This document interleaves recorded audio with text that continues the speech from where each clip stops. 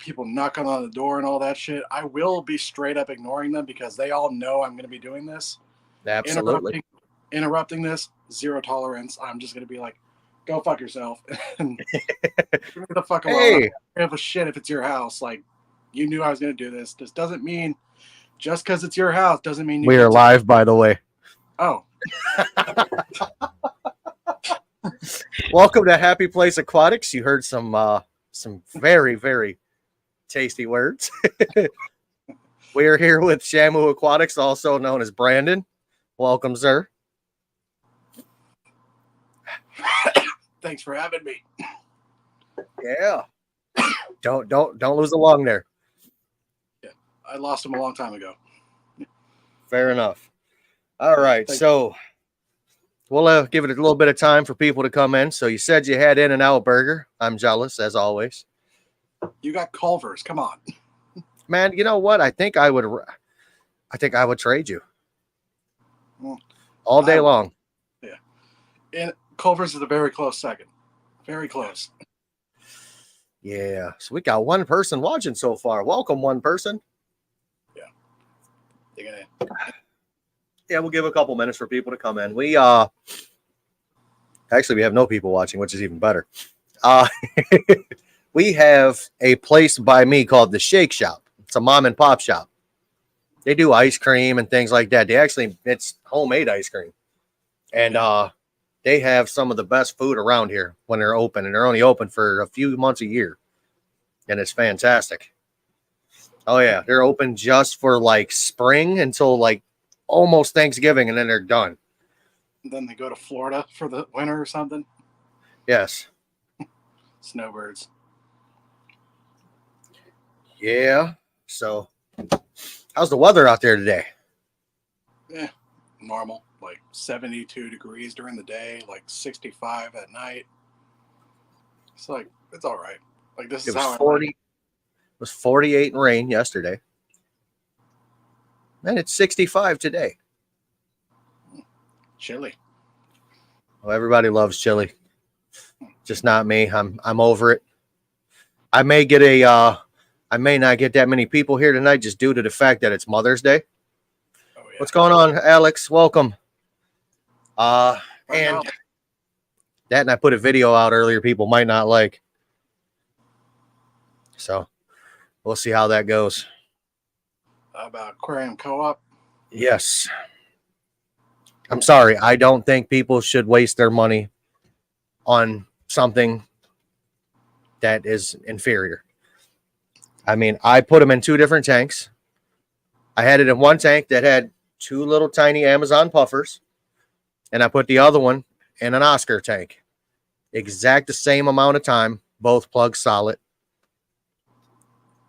I took one of them outside, and I hooked it up to an air compressor. I have a shop air compressor. I put 150 PSI straight to it. Still clogged solid. What's up, Scott? Welcome. So I'm going to say that it's junk. Airline goes in here. There's a bunch of little holes on the inside right here. Air's supposed to come out and create an updraft. Well, it does when it works. But when it plugs up, it's junk. I think all of his stuff is made in China or something like that. You know what, man? A majority of the stuff that he gets, I think you could probably find on like Alibaba just labeled under something different. I really do. Yeah, the only co-op product I use is Aquarium Co-op Easy Green, which is a liquid fertilizer for plants. And I might stop using it just to see what happens if I really need it or not. Welcome, Tom Watson. And Scott, thank you for watching it. I think Tom is a new individual here, for me at least. First time seeing Tom Watson. Yes. Scott Ed. Like, I see Scott every stream. Alex just started popping up. I think he just started following me. And when I read the chat here, it doesn't even show like their entire name. Like all I see is Scott Ed, Tom Watt, the real Alex. That's probably because you're doing it on your phone instead of a computer like I'm doing. Yeah. I might start doing it on a phone. Yeah. Well, thank you, Alex. I try to do the best I can with what I have. I actually went out and bought a new camera. I bought a new mic. You know, I'm trying to improve my channel. I'm just trying to make it big in a dog eat dog world. You'll surpass me in the next couple of years because you have a whole fish room. I don't think it's about having a whole fish room. I think it's the quality of the content you put out and how you do it. The only advice I would have for you would be to maybe pull back on the swearing a little bit in the videos. Just a little bit. YouTube is going to get you one of these days. They're going to get me one of these days too, but mine are if it's typically after the first 5 minutes of the videos, 5 to 7 minutes of the video, you're okay. Yeah. But if it's like the first thing you come right out the box and you start dropping F-bombs, a wrap. Like I did 5 minutes ago. Oh, I did that the other night. Friday night when I jumped on here, nobody was live. Me and Mexicali went live, and bam, I was dropping F-bombs. Welcome, Fish Fam Link. Oh, we got our first robot in the audience. Yeah. I think it's a bot. No, I don't believe it is. Hmm. I believe it is somebody behind the Fish Fam Link. If I am wrong, please don't say anything. But if I'm right, say something. Yeah. It may be. Yeah. To watch the language on my videos, I should probably start going to church with my grandparents every morning. God. Hey, you don't have to go to church every day, man. I mean, like once every 5 years is okay. I like facts and I like being honest. And the one thing you don't really see in this hobby anymore is everybody is trying to sugarcoat everything. So I'm trying to do it my way, which is real. You know, I have a short that's going to come out tomorrow that it's going to show you something that nobody shows, which is you'll see. Wait for it. So we're going to get into some questions. First of all, how old are you? 25 going on 65. All right, so you're 111 in dog years. Yep. Feels like it. How long have you been in the aquarium hobby? For about 20 years with like a little 5-year involuntary break. Like when from the time I was 8 to 13. Involuntary break. Okay. We all love involuntary breaks. I'll never take another break from this hobby again. Ever. Yeah. You know what? I said that once, and here I am. I came back, multiple years later, more than 5. From 20 until 39, so 19 years. And then I came back, and here you go. Oh, yeah. Full force. Full force. Started with a 10-gallon. Biggest now is a 300-gallon. We all see the tank behind you. Let's tell us a little bit about the first tank you had and the first fish. Oh yeah, I told you it's gonna be that kind of night, brother. Oh man, my first tank is actually still in my shed to this day. It's a little 5-gallon, like taller tank. But the first fish to ever go in there were neon tetras. Of course, they died.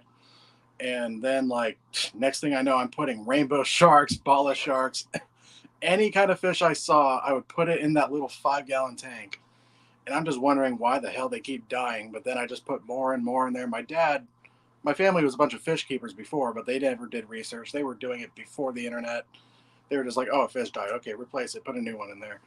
Oh, cool. It lived for 3 years. Awesome. When it should have lived for 10. But, yeah. All the rainbow sharks and all that stuff in a little 5-gallon tank. But it grew, got bigger and bigger tanks over the years. Now I'm at this 240-gallon, doing it the right way. What's up, J-Rock?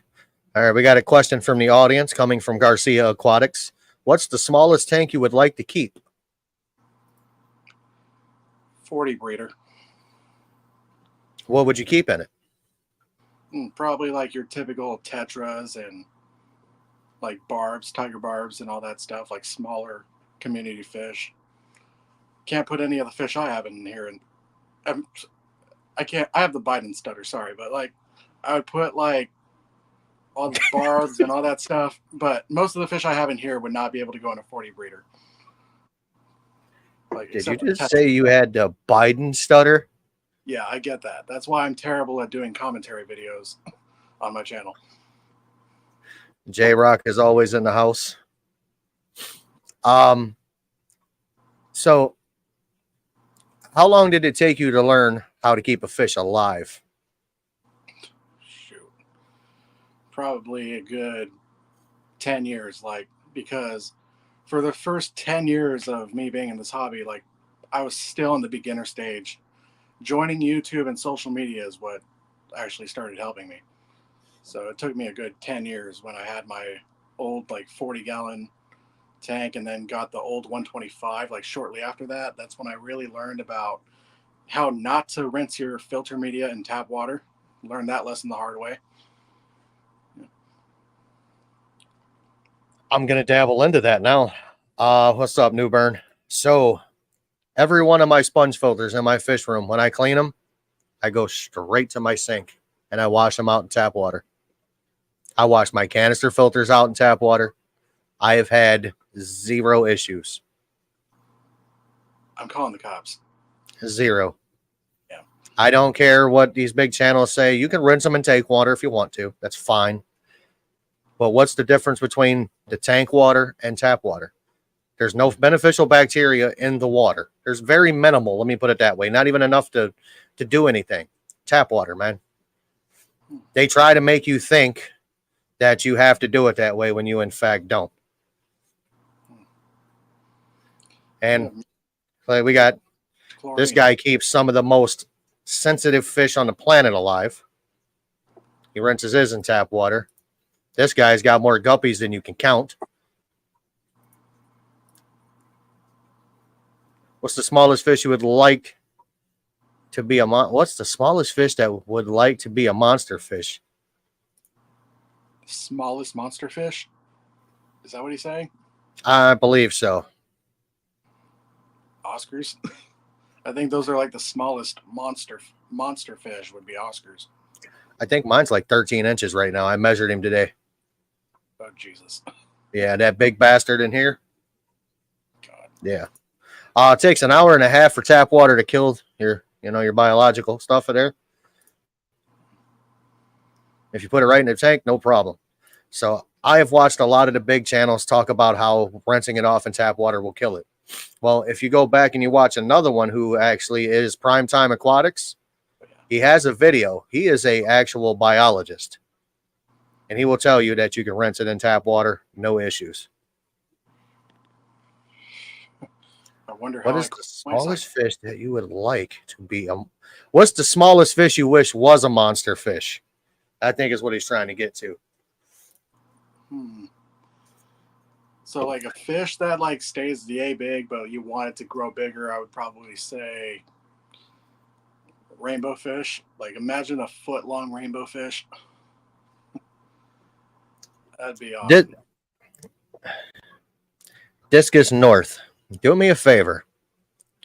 Drop me an email. It's at happyplaceaquatics1@gmail.com. I'd like to talk to you, and I don't have any other way of contacting you. So if you can do that, that would be great. Yeah, so it makes me wonder what did kill my cycle on 2 different occasions all those years ago. Maybe from cleaning both filters at the same time. Yes. Something. Maybe that could have been it.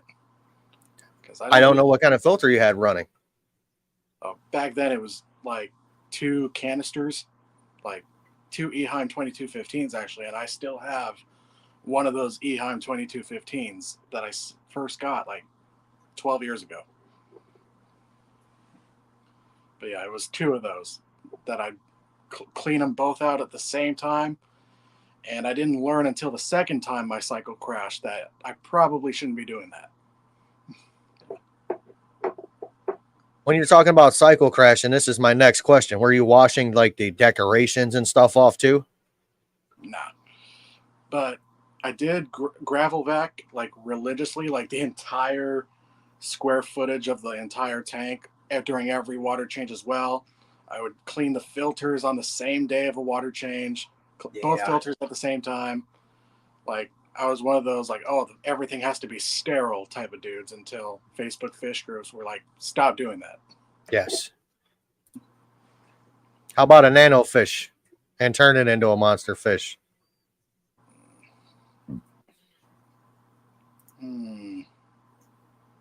I have like almost no experience with nanofish. What nanofish? Nanofish is a rasbora, neon tetra, a chili rasbora.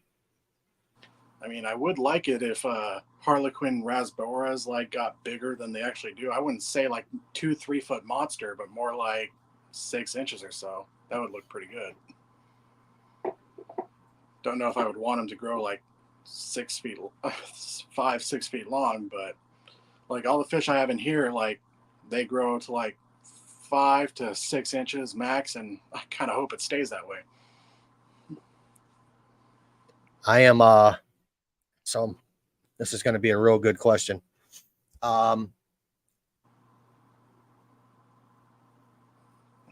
What got you into roseline sharks, aka Denison barbs? Oh, first time I ever saw them was on a YouTube channel that one of the very first YouTube fish channels I ever started watching when I joined YouTube. His or her name was A Loyal Blue One, and I mainly watched because of the rainbow sharks and red tail sharks they had in that tank. And then I see those rose lines, and I'm like, oh, what are those? And as soon as I got that 100, as soon as I upgraded from that 40-gallon to that 125 tall, it was like a weird shape to 125, like 5 feet long and like too damn tall. Those were a couple of the first fish that I got. What's up, Jesse? 5. But in the like for the past like 10 years up until last year, I just thought of them as like a dither background fish. But then in this past year, that's when I really started getting into them. Now I have a big super school of them. But yeah, first time I saw them was on that YouTube channel, and I'm like, huh, what are those? And I was hooked instantly. What is the biggest fish you have kept? My old gold spot pleco, which I somewhat regret getting rid of. He was about a foot long, like 11 3/4 inches to be exact. Because typically I always got rid of plecos once they reached like 8 inches or so. This is a valid question from Discus North. How hard was it to level that massively long tank? Not really hard at all. Like the floor was already like perfectly level. Yeah, I got lucky. Don't know what I would have done if it wasn't level. Wow. He's finally made it to my stream once. Welcome, man. Oh yeah, 12 to 15 roseline sharks. That's a good school. Absolutely. Generally, a healthy and balanced tank is when things are a little untidy and natural. I agree with you. Yeah, I have a... Go ahead. I let algae grow on all surfaces except the front glass panel. Correct. Yep. So I have one of the nastiest looking tanks. I have 2 of them. One is my purple clown puke tank. Now, I'm going to get ridiculed for this. It is heavily planted. It has a sponge filter in it. That's it. And plants. It has a male betta. It has 12, what are those things called? Celestial Pearl Daniels. It has 10 Tiger Daniels in it. And I don't do water changes. I topped the tank off. I have tested it just because I wanted to test my theory. Nothing. Perfect. Damn. So, and the other one is a 15-gallon grow out tank for my electric blue Acara fry. The tank is green on the bottom. I mean green. Damn. I can't gravel vac it because I end up sucking babies up. So that's how it is. What's going on, Danny? Welcome. It is definitely your hobby. Do it your way. That is what I always say. You should get a red spot or there you go. Oh, yeah. I'm definitely eyeballing those. I just need some fish to age out of here first because they get like that big or something like that. What, the Severums? Yeah. Yeah, I got 2 monsters back here. They get about 8 inches, believe it or not. Oh yeah, they're also like tall, big, chunky little things.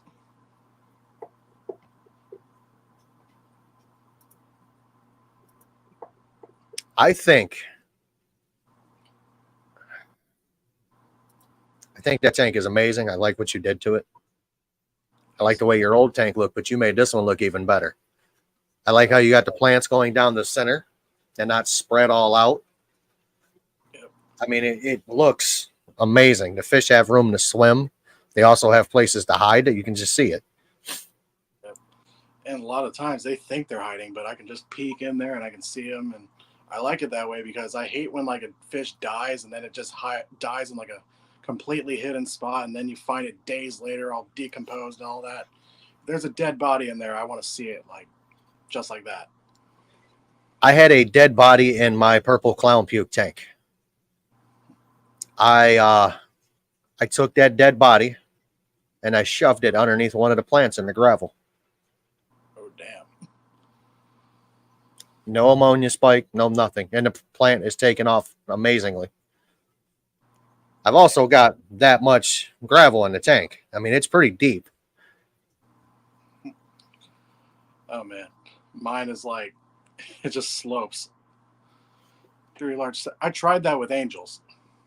3 large centerpiece fish. I tried that with angels. They just didn't fit in because all the activity in this tank, they always were like in the corners, just like staying away from everybody and chasing away anybody that came near them.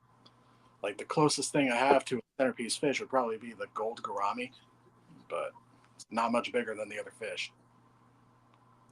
New Burn or Josh, what's up? Like a dad, you remembered his name. Yeah, I know it takes a little bit of repetition for me to recognize the names. Yeah. Names. I could see 3 discus in that tank, or 4. Yeah, they're I expensive. really could. Yeah.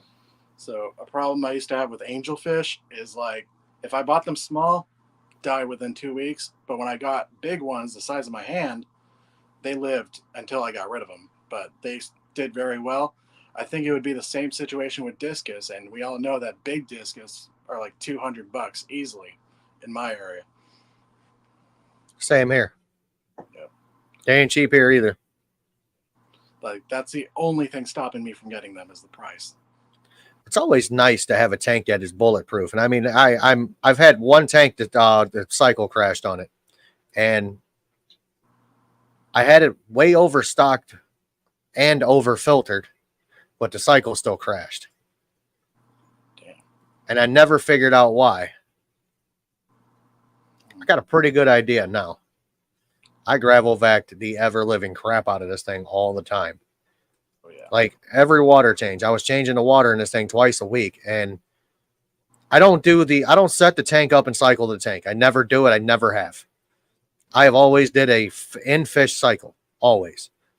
I will grab a handful of guppies out of my guppy tank, slap them in the tank, let them do it. Because I've got probably 200 guppies, and it works. And So guppies won't just like raise your ammonia like in 2 days. It's like nothing. They can cycle a tank safely and really well. Yes. But and I also did it with that purple. My purple clown puke tank was cycled with the Daniels that are still in it. Every one of them. Yeah. And then I slapped a betta in it. She lived in there forever until she died. Like almost 3 years. That tank's been going for like 4 years or so. Damn. I got traumatized about discus a decade ago. I was just starting on YouTube, and I met this old creepy guy who was into discus, and I friended him. Biggest beat I ever met. I know who you're talking about, Alex.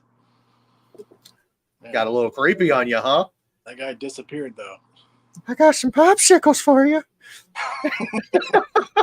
Herbert the pervert.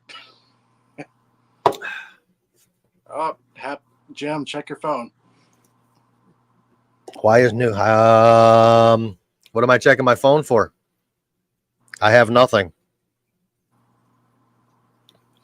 Except for the message from your old lady telling me she's gonna beat you up. Yeah, Josh, I have nothing, sir. Sorry. I have no service either because I'm in the this fish sex dungeon. I get zero service down here. Oh man. Oh, Yeah. there it is. Yeah, right now. Oh, you did not.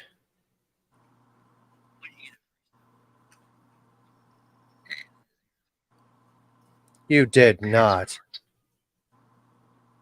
Good job, man. All right. So I had a question and I was trying to think of what it was and I lost it because Josh distracted me. Thanks, Josh. Now I want a popsicle.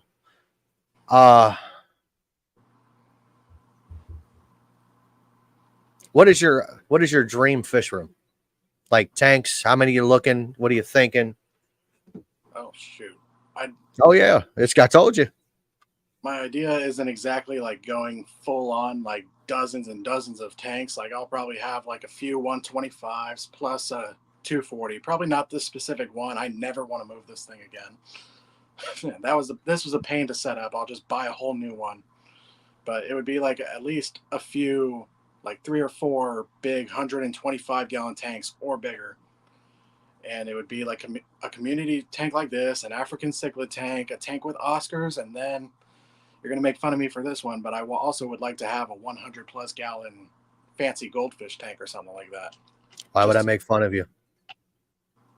I don't know. Everybody I got a 300-gallon freaking goldfish pond, bro. Oh yeah, that's right. Yeah. Oh yeah, I remember that. Yeah. It's hard to keep track of everything. You have like so many tanks. It's like, oh shit, you have that too? I know. Yeah, like when I was watching one of your recent videos, I'm like, hey, where are those Lawandas you were talking about? They're now into 125, along with my German strand Z-Rock, and some other fish that shouldn't, or some SP44s. They really shouldn't be in the tank together. They're all in a 125. We're going to see what happens. Uh-oh. They're either going to make it or they're not. Yeah.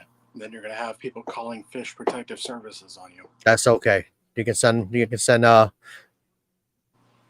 SPF out or FPS out here. Bring them on. Yeah, when it comes to adding more fish, I think I'm at the max right now. I'm just going to let everything age out before I add more, because half of these Denison barbs I wasn't even supposed to have. They were supposed to be a surprise for a local fish store owner who has a big display tank that used to have a bunch of big Denison barbs in there. But then once I picked them up from the guy's house and I saw how big they were, I'm like, mine. So as far as goldfish go, 125-gallon tank is actually a decent footprint for them. I had 6 and a 75, believe it or not. I had 6 fancies and a 75, and they did great. But I overfiltered the ever-living crap out of it. The only advice I would be, don't go with Arandas. Every Aranda that I've ever got has ended up with a swim bladder issue. And I've had 5 of them now. I have one right now, knock on wood, that doesn't have a swim bladder issue, but it was getting picked on because, well, it turned out it was a female and it was in breeding mode. And the other fish were trying to breed with it. Oh, yeah.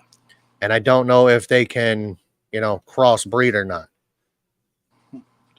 So yeah. That's just food for thought. Arandas are very, very, very derpy little fish. They're awesome to watch swim around, but they have constant swim bladder issues. That happened to one of my friends' fancy goldfish. It developed a swim bladder issue, and then this other dark brown Aranda just started hammering at it, and I didn't even know goldfish could be that aggressive. Yes. It was beating the crap out of this goldfish that had swim bladder, and they put it in a hospital tank, and they sent me a video of them holding it in their hand trying to shove peas down its throat, but then it died like after a week. I've seen one other fish be forcefully fed, and it didn't make it. Yeah. And that was on an OFR video. It was an arapaima that wouldn't eat. Yeah, I can't imagine that being very good for them. It's not. Yeah. Obviously, if the fish isn't eating, there's something wrong with the fish. Because typically a fish is like a food and poo factory. Pretty much. At some point in time, man, you're going to have to move that tank. Unless you plan on living where you are for the rest of your natural born life. Yeah. Man, if I ever have to move, like, I think I'd just buy a whole new tank. That's like ultimate, like, money spending laziness right there, but it's easy. I've currently taken down some tanks. I am down into the mid 30s. I went from 54, I'm into like 35. Yep. Do you like consolidate them into like one bigger tank, or just like got rid of them? Moving things around. Like I was able to condense 2 tanks into my 125 to make the Lawandas and the other Xerox and stuff in one tank. I moved my red shoulder Severums from the 50 they were in, couldn't see them. I put them in a 65 to where they can grow out a little better in a little bigger tank, and I can also see them. And then I picked up some more fish yesterday. Oh, man. God. Yeah, and like the most recent fish I added were more Congo tetras, and I'm like going through and I'm like making sure, okay, those better all be females and not just males that haven't hit puberty yet. But now it's like, okay, I'm done. Like, there's way too many fish in here. I have 76 fish in this tank now. No more. My 90 over there, I have 55 Mbonas in a 90-gallon tank. With 2 FX6s or something? No. Aquatop FZ5 and 2 sponge filters. Oh. Okay, so that's pretty heavy filtration right there. Welcome, Adele. You made it. Adele, I'll try to remember that name. Yeah, I should learn these people's first names better, because like sometimes it's kind of a pain to like be in the chat typing collaboration of curiosity. Like just one word, Adele, good.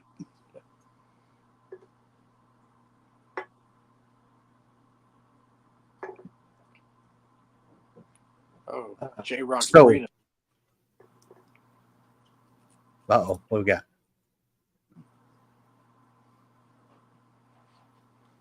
Yeah, me and him, I talk to him just about every day. He said he's had the same fish for a long time and hasn't bought any new ones. Yeah. Wish I had that position.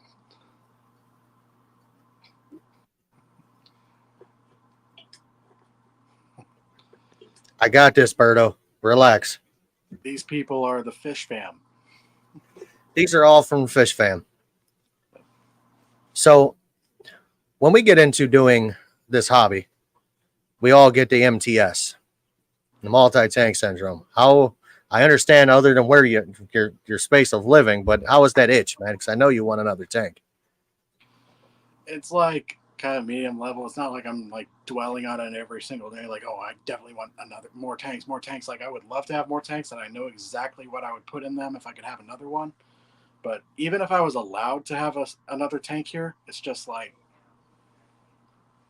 where do I put it? And I've actually tried that MTS stuff, but it was like the one big tank here and then another tank at my mom's house. And that got old really quick, because it was like the constant back and forth between 2 houses, like to take care of this tank and take care of that one. Luckily, my dad knows how to take care of a fish tank, but at my mom's house, I had to be there like at least every day to like do stuff with the tank, because my mom did not know anything about fish. And I'm pretty sure while I was gone in Texas in the summer of 2016, pretty sure my sister was overfeeding those fish, because that tank was nasty when I got back. And then I eventually said, screw this, I'm not doing this 2 tanks at 2 different houses thing. I just shut down that 46 bow front and then just moved all the fish to the 125 here. But yeah, if I'm going to have multiple tanks, it has to be in the same building. I'm not doing that thing again. One at my mom's house, one at my dad's house. Never again. So the tank behind you, is it heated or non-heated? I know you're in California, so that's why I'm asking. It's heated. Yeah, there's What heaters. size heater do you have in it? I have 2 of those. Like, actually, there's one I'm not using right now.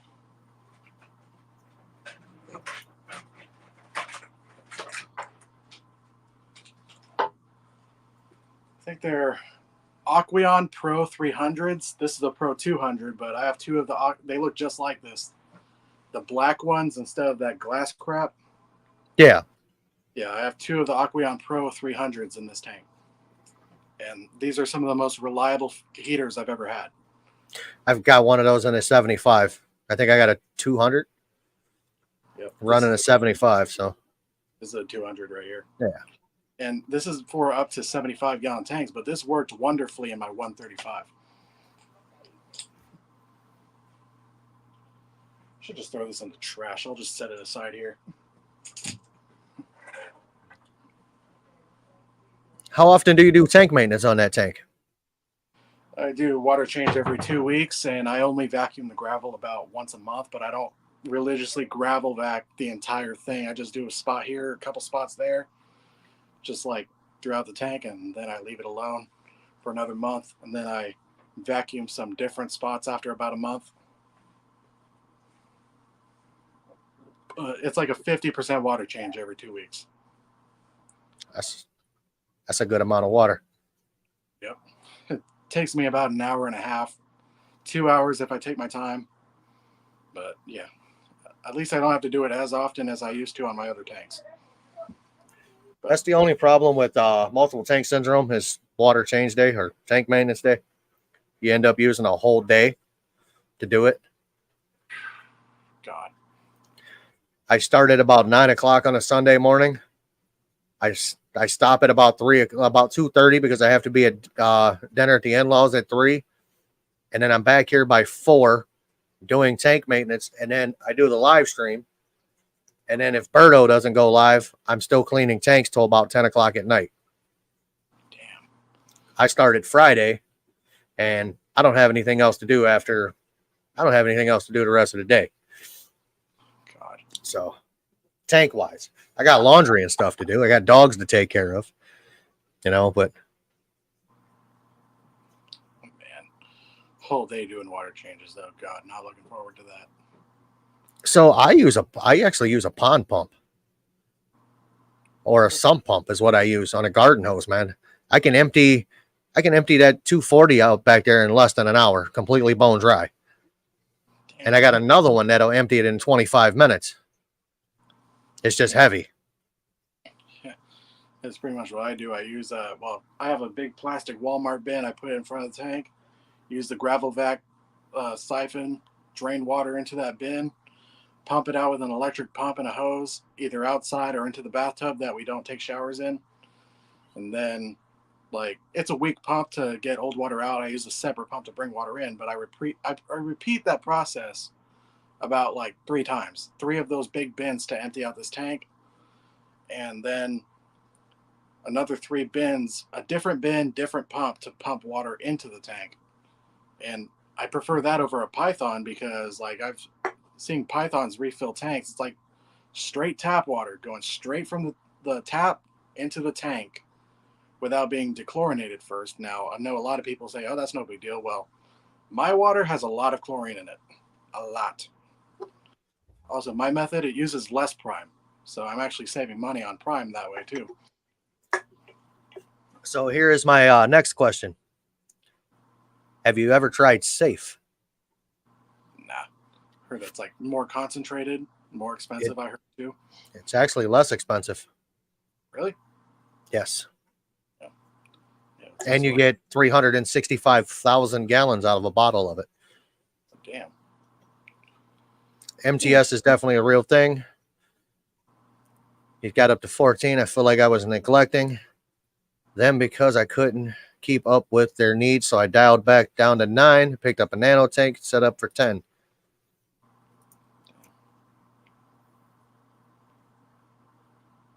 Yeah. Man. No heavy lifting involved though. The electric pumps saved my back. In the summertime, I run a water hose straight from outside. Oh yeah. Because my water is warm. Oh yeah. Welcome back, Jesse. the water's the same temperature in the summertime as my tank. So like I don't have to mess with Thank the you. hot water nozzles and all that. Like that's why I like summertime with when it comes to water changing, because I don't have to mess with that all the time and check the temperature. Just cold water, boom, good. That's what I do with my goldfish in the summertime. I got like at the outside pond. I've got a 150-gallon outside stock tank. Change it with a water hose. It's fine. I'll drop the petcock on the bottom, let water pump out because it'll suck it straight off the bottom, and then it's over with. I don't have to gravel vac that at all. Yeah. I do need a better pump for getting old water out. Yeah. What are you using? Crap. Okay, so the one for getting old water out, it's called a Terra pump. Okay, I know what that is. Yeah, it's kind of slow, but it's like I use that for getting rid of old water because that thing is nasty. And then I don't even know what the one I use for getting new water in is called. It's like a Chinese brand thing, but it's fast. Like it has like a 1-inch hose, so it sends water into the tank really quickly. But if I was using that slow pump to get new water in, I would really hate doing water changes. Now, the only thing that bothers me about this faster pump is like once it gets down to a certain level, like once the water level gets down to where the pump is, that's when it starts sucking in air. So I have to fill it up again. But I'm not going to spend money on a new pump just yet. But I will send you one on Instagram that I use. That is actually a good pump. It pumps quick, and it's not stupid priced. It's not like these $100 pumps that everybody is, swears by CJ or, it's actually a decent pump. I've actually thought about CJ. But I was looking at a CJ whale or CJ some. I don't not the whale's the actual filter. I was looking at one of their pumps, man, and it was like $129. I'm like, nah, that ain't happening. God, no. Not happening at all. Do you like taking long walks on the beach? And do you have any Russian in you? Yeah, I do long walks on the beach sometimes. I need to start doing it more often. But um but yeah, I do enjoy it, but no, I do not have any Russian in me. Would you want some? Hmm? I said, do you want some? I'm waiting for that. That's from Jesse. That's not for Vodka? me. I'm waiting on him to say that.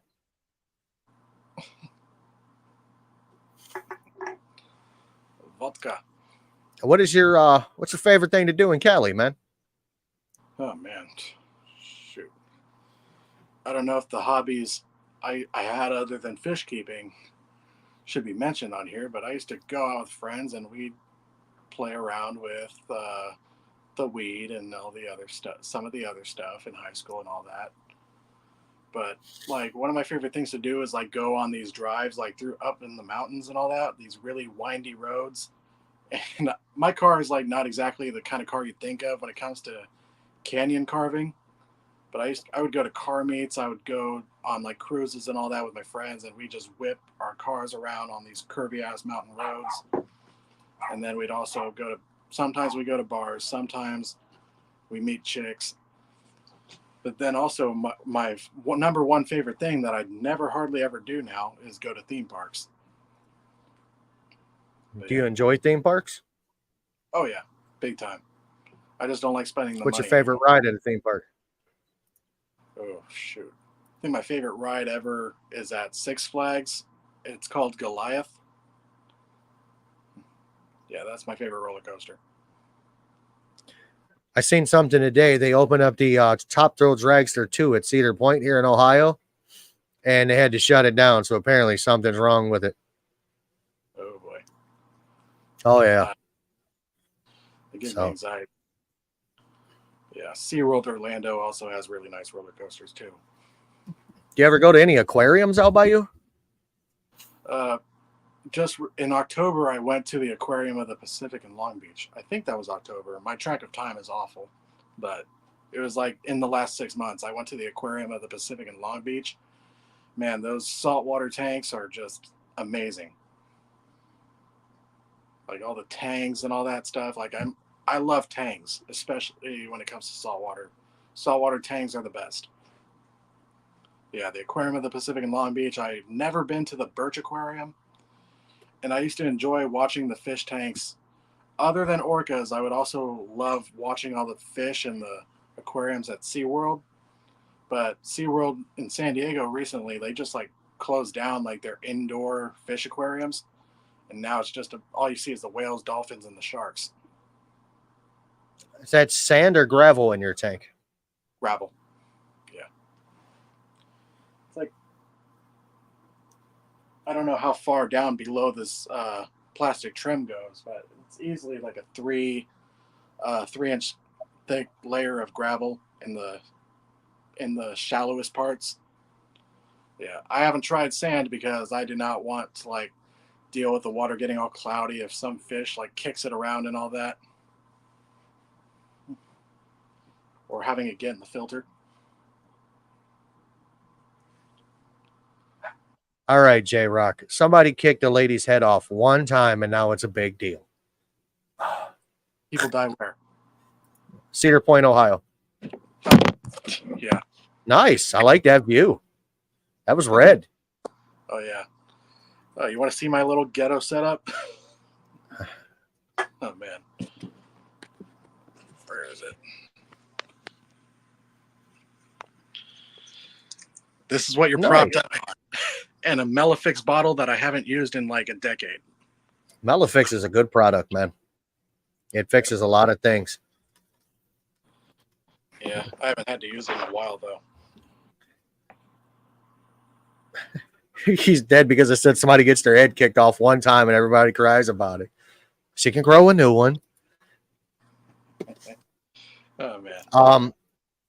Have you been to the Santa Monica Pier? Yep. I was there in 2011, man. I actually really liked it. Yeah, I enjoyed it, but you gotta pay me good money to drive up towards LA. Yeah. All right, I got to answer this question. This is actually for me. So I have multiple tanks running with different filters in them. Sometimes I swap them over, but sometimes I don't. I didn't have filters ready, so I would just do a in-fish cycle. However, that ain't gonna happen now because I have multiple sponge filters just being cycled in my goldfish pond all the time. So that won't happen again. Sometimes you got to do what you got to do. I don't know if anybody's ever watched F for Family, but sometimes a man's got to do what a man does. Great comment from our thing from that. Man, if I was cycling a tank from scratch, I would not know what to do. I haven't had to cycle a brand new tank in over a decade. It'll come back to you. Yep. But mainly, I've always just taken filters from an old tank and put it on a new one. I use my goldfish pond. That cycles every one of them. The thing is, I mean, it's the healthiest tank I have for the size. Yeah, but it's a big, giant pond, so easier to keep clean. It's overfiltrated, that's for sure. Oh yeah, you need it overfiltrated if you have goldfish. That's for sure. It's got an FX6 and a Sun 304 with a UV sterilizer in it, plus 5 or 6 sponge filters. That'll do. 2 of them are on a power head. Oh yeah, it's way over filtered. It does great.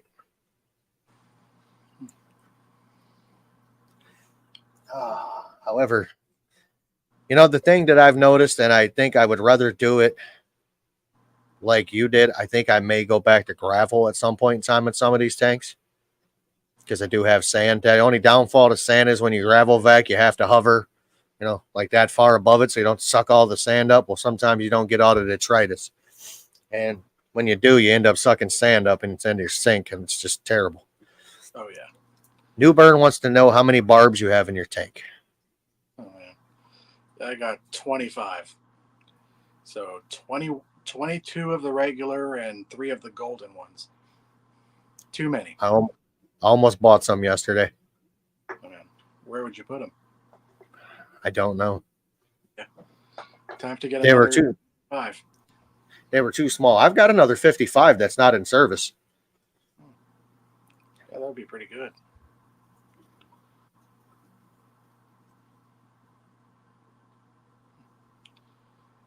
Need more? No. No. In the future, I'm going to keep my school at like 12 to 15 of them. Half of these I wasn't even supposed to keep. Jesse, I am down to 35. I took a bunch of them down, sir. I took them out of service. Yeah. I moved fish around, and we're now where we are. I'm sure if I keep messing around with my local fish store, I'm going to end up with some anyway. So how it works with the fish stores, I go up to this dude's store, and there's fish that he can't get rid of, or they've been there for too long and people won't buy them. I end up with them. Like I ended up coming home yesterday with 6 Geophagus blauzinis. Man. That was the price. For free, goddamn. Free 99. Gosh darn it all to heck, Rue Baker. But that's how I end up with a majority of my fish. Some of them I pay for, some of them I don't. Like the Severums, I only wanted 8. I only wanted 8 red shoulder Severums. Well, in order for me to get 8, I had to take the other 11. I paid for 8. I didn't pay for all 19 of them. Now I have 19 red shoulder Severums. So, Dang. I don't think I've ever got free fish. I love free. Yep. I got fish for dirt cheap, but that's about it. I have went to PetSmart and I've bought fish and I've had no luck. The only thing I've had luck out of there is saltwater. Actually, it was Petco. I've had better luck with, and it was saltwater fish. Dang. Still scared to try saltwater. It's not as bad as they make it out to be. Everybody tries to make it something that it's not. It's not rocket science. I mean, it is basically like freshwater, except for salinity. If you're keeping coral and, like stuff like that, then you get a little trickier. But if you're doing just fish and like live rocks and stuff, you're fine. If you can keep your salinity where it is, you'll be golden, pony boy. I promise you. Oh yeah. I've got 3 saltwater tanks running now with a whopping total of 10 fish and 4 hermit crabs. Man. Yeah, I heard it gets like harder when like you get into like the corals and all that stuff. Huh? Yes. That's the guy you would want to talk to on that when you get into corals would be MB Reef, or there was another one. It was just here the other night. I know Mike's. Believe Mike has some too. Or Mike's Aquatic Universe or whatever. I believe he has some. But MB Reef, man, that dude he's got some amazing corals. Oh, man. And oftentimes I try to avoid watching. Ian's another one. Sometimes I try to avoid watching the saltwater stuff because it just teases me. Yeah, there's only one person that knows what's happening in my fish room so far. What's coming, I should say. And I ain't got to worry about him saying nothing, but there is a fish on order. It's coming. It's my local fish store. He knows what's coming. That's my buddy. You got to tell me what the fish is. Not here. I won't know. Yeah. That's going to be a surprise for everyone. Because I was telling Garcia, since he's setting his saltwater tank up, I'm like, you need to get a maroon clownfish. Like I just recently found out what those are. I'm like, ooh, me likey. I've got a mocha storm clownfish. It was the last one they had, and they basically gave it to me for free.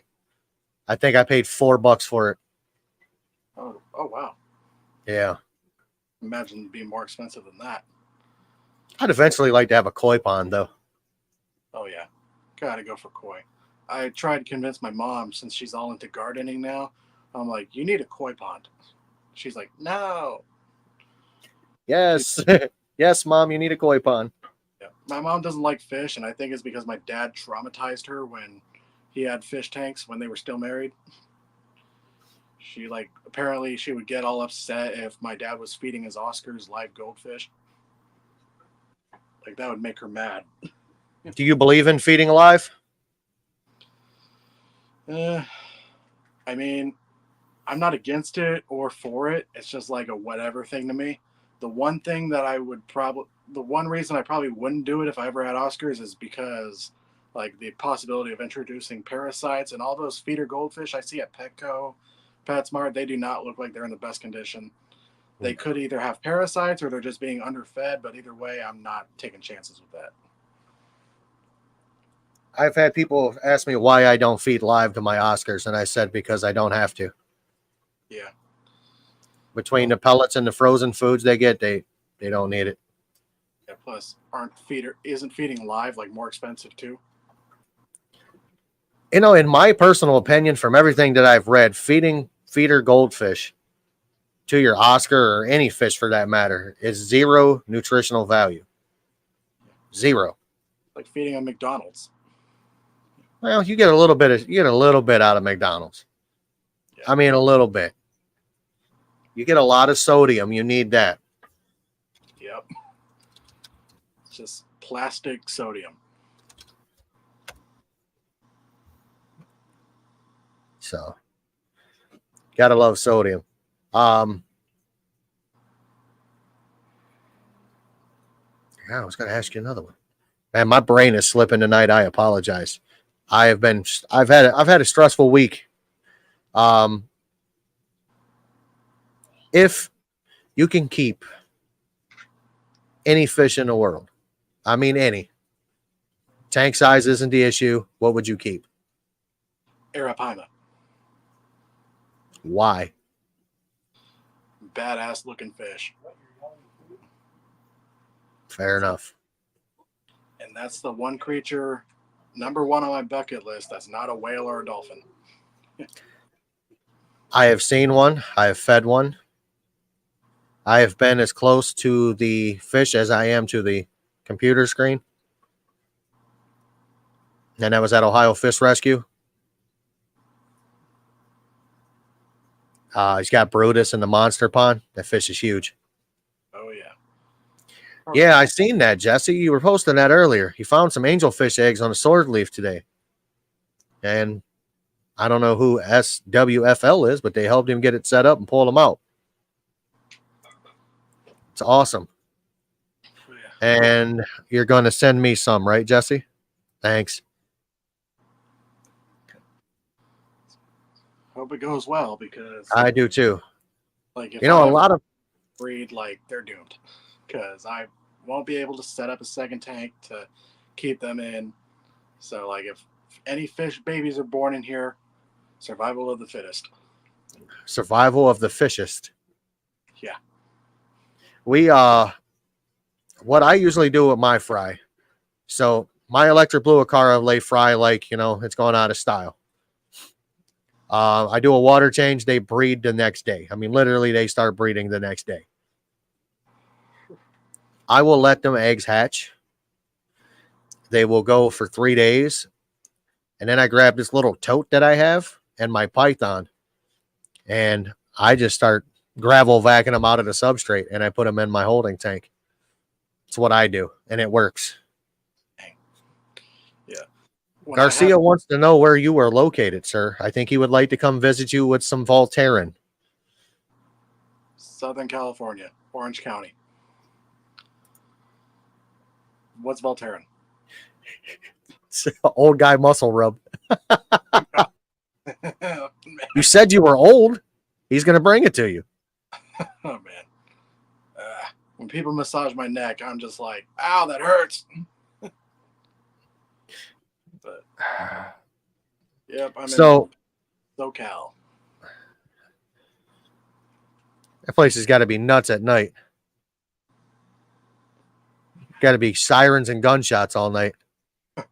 Yeah, if you go to the wrong area. Also, like, I know I'm in Southern California, and I always rant and rave about how much I hate Los Angeles. And the main reason is the traffic. It doesn't matter what time of day it is, you are going to end up in gridlock at some point. And I was telling Kate Tropicals that that they should do an Aquashella event in California, but anywhere but LA. Like, and they said San Diego, and I'm like, that's exactly what I was thinking. I am a lot closer to LA than I am to San Diego, but I would much rather drive to San Diego. I love San Diego. So my next question is, you watch their channel all the time. Are they going to Aquashella in Daytona?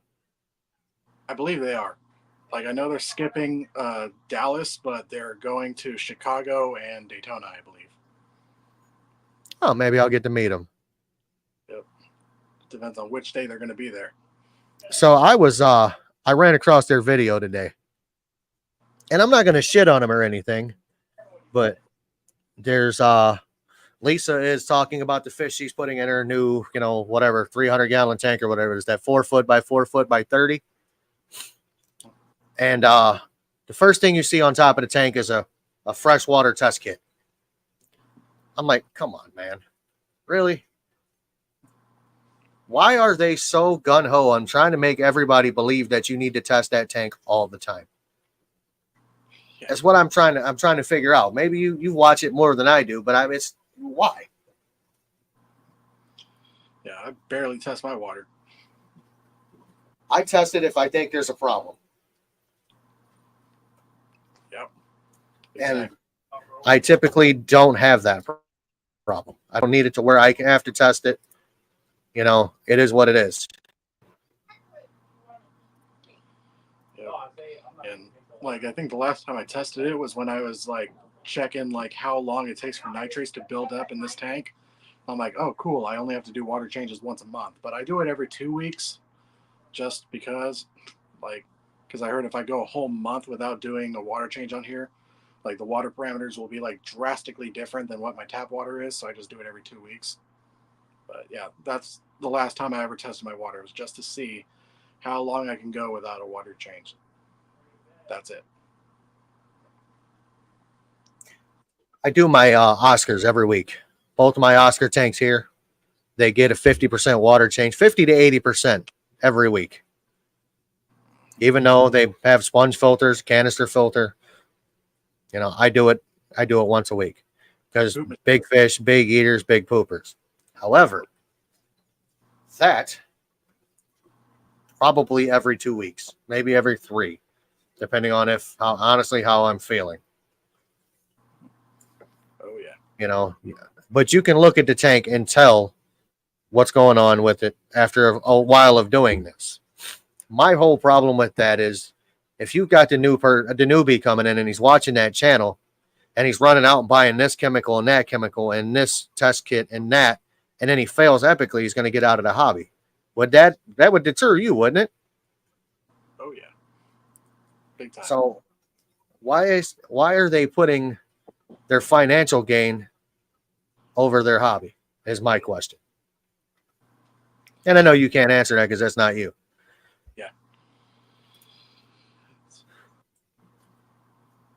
Watch the air bubbles pop.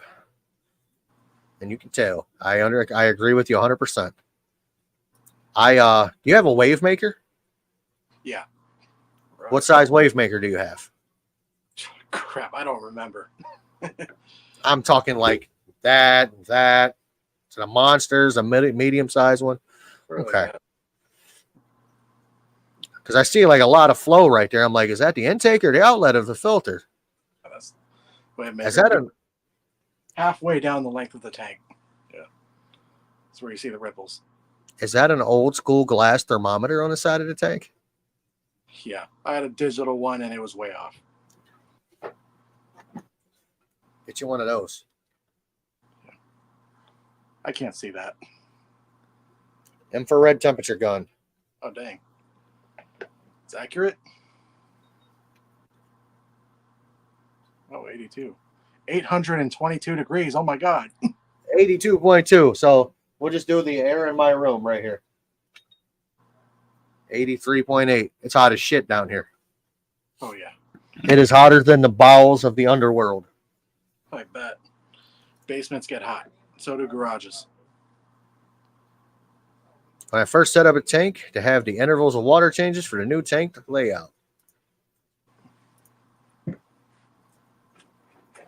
Got an 800 gallon pump from Lowe's. Does good.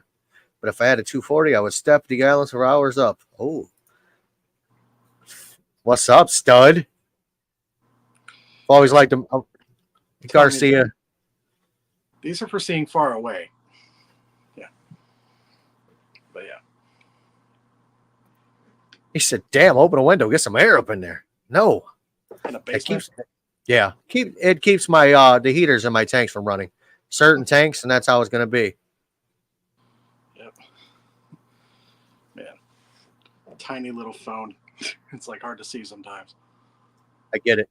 I'm getting older, things are getting harder to see. Oh yeah, extreme close up of the eyeballs. Yeah. It's like every time I join these lives and like people are showing their stuff, I'm just like, that's when you just do this. That way you can get as close as you want. oh yeah. And nobody has to see you like, mean mugging the camera. Yeah, I'm still learning how this whole thing works. Like I just figured out how to flip the screen. You got to do it from the StreamYard app. Yep. I'm on that app. Yeah. Yeah, if you do it from like the website that it tries to like default you to, you can't do it. At least that I found. Yep. Are you handy at building things? Nah, not really. Because I was like, gonna say, there's a lot of things you can build. You could actually build a shelf inside of that stand right there, and hide you a 5 or 10 gallon tank. oh yeah, I don't even think I'd be able to get it through these doors. The FX6 barely fit. Oh yeah, you can get it. You can get a 5 gallon in there easily. Yep. Maybe. I think I'm gonna set a 5 up, and I'm gonna try some plants in it and see how it goes. I'm gonna try the father fish dirt method. I really don't want to try it, but I'm going to. What do you think of that? I don't think I will ever believe that you don't need to do water changes on an aquarium. Like, if it works for you, like awesome. But like, I'm like, even if I had a full on father fish setup, I'd probably still do water changes at least like once a month to be on the safe side, maybe. But it's like somebody said that like they didn't like how father fish's fish looked. He said that they looked all old or like raggedy or something. Yeah. But I don't know. So between the wonderful, that's what my temperature in my basement is. 79. 66% humidity is because my fat hand is touching it. When it sits over here, the humidity drops down into, let's see. Come on. 48%. I think it's like 72 in this room right now. It's perfect in here. I'm sitting here in a pair of shorts and some Crocs. Just enjoying life. Yep. But oh wait, you said it's like 79 degrees in there. I'd be sweating. Not at all. I got a fan too, so I'm blowing warm air around, so it's like the desert. Yep.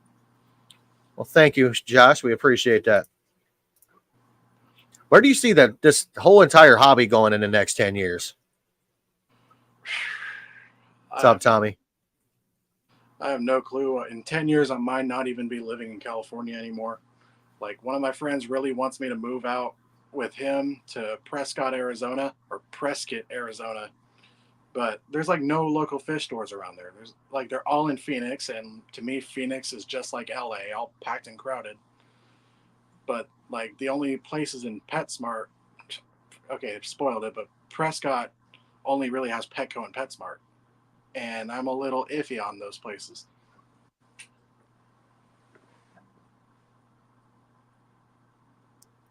I'm missing something there, Jesse. I think he's talking about how I've talked about how I don't like sand. Yeah. Pre-filters, yeah. Okay, yeah, maybe if I do try sand, I'll do the pre-filter thing. Hey, we'll add plutonium to the water to purify it. I don't know if they're going to go that far. They may, who knows? We'll have to buy RO water and all that crazy crap. And I will never use RO water. Why? because like I heard you have to mix it with a bunch of other stuff, and then like you have to like get it just right. And like I don't know if anybody knows this, but I'm what's called like a basic lazy fish keeper. Basic lazy fish keeper. Describe that. Since you brought it up, not trying to be a dick. So basically, I won't get all deep into like the RO stuff and like all the the CO2 and mixing like RO water with stuff and all that stuff.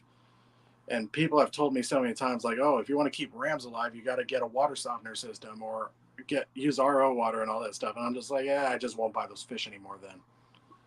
Incorrect.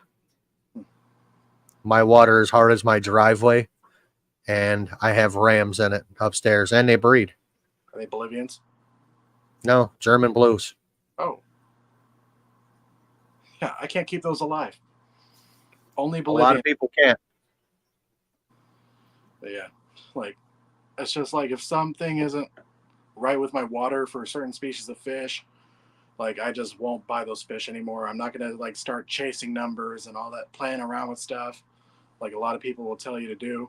Like even when I've had ick outbreaks, like the last ick outbreak I had was in 2016, and I didn't want to mess around with all the medications and all that, so I just raised the temperature. That's it. Boom. Did you watch the video I put out? Which one? White spot disease or ick? And what I use to treat it? I might have missed it. What's up, Mickey Sr.? When you were live recently, YouTube didn't even notify me about it. That's nuts.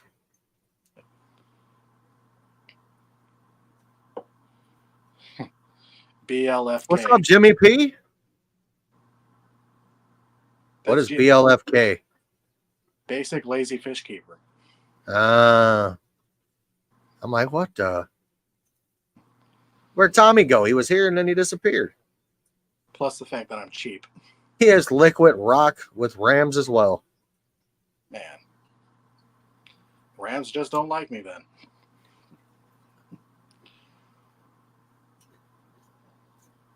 I agree with him on this. This is actually kind of satisfying, and I don't know why. I think it's part of the fish keeping thing. When you're gravel vacuum with the python, you see all that detritus coming out of the gravel. That's awesome. For some reason, when I've been gravel vacuuming, and this even goes back to when I had my 135 and I switched from that old white gravel to the new stuff, like every time I've done gravel vacs, even in like the back corners and the dead spots, hardly anything comes out. I don't know why. You know, it's cool when you have like I got the Oscar in this tank right here. You know what I'm saying? When I'm cleaning her tank and there's like, you know, the magnitude of human poo in there, because it's just what it is, because they put some big turds out. It's actually kind of satisfying to watch it just go flying up the tube of the python. As bad as that sounds. So, you know, we go back to the lazy fish keeping. It sounds like you're just doing it as a hobbyist and not as you're trying to be, you know, the $1 million setup fish keeper. Oh yeah. You're doing the basic, you're doing the basic hobby. Yeah, pretty much. You know, you have plants that are alive in that tank, obviously, as we can see. They look amazing. Doesn't matter. You have a live plant in there. Yep. So you have to do something right. Yeah. And I just got into like the live plants like full on and like within the past year. Like that's how lazy with it I've been. Like I'm not trying to be the big shot YouTuber. Like basically I just document like the fish keeping journey. I'm just like, oh, look at this. And like if I go back and look at my old videos, I'm just like, oh my God. Like, with my old clown vomit gravel 40-gallon with fish, like too many fish in there. Then like it goes to the 125, which still had like colored plants and all that stuff. But then like it evolved into like real driftwood, some fake plants that were still green, none of that purple and orange crap. And then like finally live plants. And I finally also got out of the white gravel phase. I use play sand. Quickcrete play sand. Rinse it, slap it in there, no issues. What I might You know, do. a lot of people are telling you that you can't use it, you know, blah blah blah, and this and that. You in fact can. I have natural creek gravel or creek sand slash a little bit of gravel in it in my my natural blue Aquara tank. What's up, Joker? He was on my stream Friday night. Yeah. Reminds me of the Steve Miller Band. I'm a joker. I'm a smoker. I'm a midnight blunt toker. Oh, Almost smoke got it my right. weed with your son. That's So better I than met the you. version my friends would sing. Yeah. So I met you on Facebook a couple years ago, actually. It's under a name that I really don't. Yeah. My name is not my name on Facebook. It's not Happy Place Aquatics. It's partially my first name is on there, but my last name is changed to protect the guilty because I'll put people on blast and not care about it. What's up, bottom of the chat with Mike B? Welcome. I will do things my way in this hobby, and I document them. I kind of like you do, you know, because at the end of the day, they're my tanks. I'm going to keep them my way, just like you're going to keep that one or that 240. I kept wanting to call it your 135. I'm sorry, but you keep it the way you want to keep it because I'm used to it. But when I met you, you were actually Shamu Aquariums. And I met you on a couple of different Facebook groups. Yep. What the hell? Yeah. And the reason I the Shamu Aquatics was because like other YouTubers, like I'd be on their live streams in the chat, and like I forgot which one was the first one to say it, but Primetime Aquatics was one of them, and they would call me Shamu Aquatics, and I'm like, huh, okay, and then I changed it to that. I'm like, oh, that sounds way better. I like it better. I really do. Yep. And I used to, every time I would see you come across, I was like, man, this kid's always talking about roseline sharks. I'm like, this kid is obsessed with roseline sharks. And then I think I actually talked to you in a chat one time, and I was like, pretty cool kid. And then one night I posted the link and you popped up. I'm like, no shit. And here we are. Yep. And like those roseline sharks are like the only fish I've ever like very thoroughly researched other than red tail sharks. But like I really got into them. Like I researched about them, where they come from, and the fact that they're endangered in the wild. And I actually almost stopped buying them when I learned that most of them were wild caught. And then that was an outdated article. So then I saw that, oh, they're actually being captive bred. So I'm like, okay, thank God. I'm not contributing to the greed of the aquarium trade. Yeah. There's a lot of fish that are on that list. I think I actually have one. So I have looked high and low for an SP35 tomato hap. Ooh. I have one. I can't find any. And everybody's like, oh, there's a bunch of them here and there's a bunch of them there. Look here, look there. My friend, I have looked everywhere. I am certainly, unless somebody has them somewhere and they're hoarding all of them, like June hoards all the Oscars. Unless somebody's hoarding them like that, then they're gone. They're pretty much, endangered or something because I can't find them. Probably. I have Tony by himself in a 40-gallon breeder. That's his name, Tony. What's up, Master Aquatics? Eduardo? Awesome. 60-gallon tall. All right. Nice. They're on my list. Oh, yeah. They're going to get big. But before I was the roseline shark guy, I used to be the rainbow shark and red tail shark guy. And one of the, basically what I did was I had like a big community, with 7 to 8 rainbow sharks and red tail sharks at a time. And they always say 1 per tank, but there's another rule. Keep them in a group of 5 or more. But in order for that to work, you have to have no less than 5 of them in the tank. It has to be a 125 or bigger, like 5 or 6 foot tank. And there has to be a lot of decor in the tank, like lots of places for them to hide, break lines of sight. You pretty much have to keep them in large numbers. And I was trying to explain this to people on YouTube, and they would try to copy me. So they throw like 8 of them into a little 40-gallon tank, and I'm just like, you got to follow every single one of those key points for this to work. You can't ignore the 100-gallon tank part. And also, when I say keep 5 or more, I'm talking rainbow sharks, albino rainbow sharks, and red-tailed sharks. They would be like, oh, I have 3 rainbow sharks and 3 bala sharks. And they would call that their group of 6. I'm like, bala sharks don't count, dude. You have a group of 3 and then the 3 bala sharks on the side.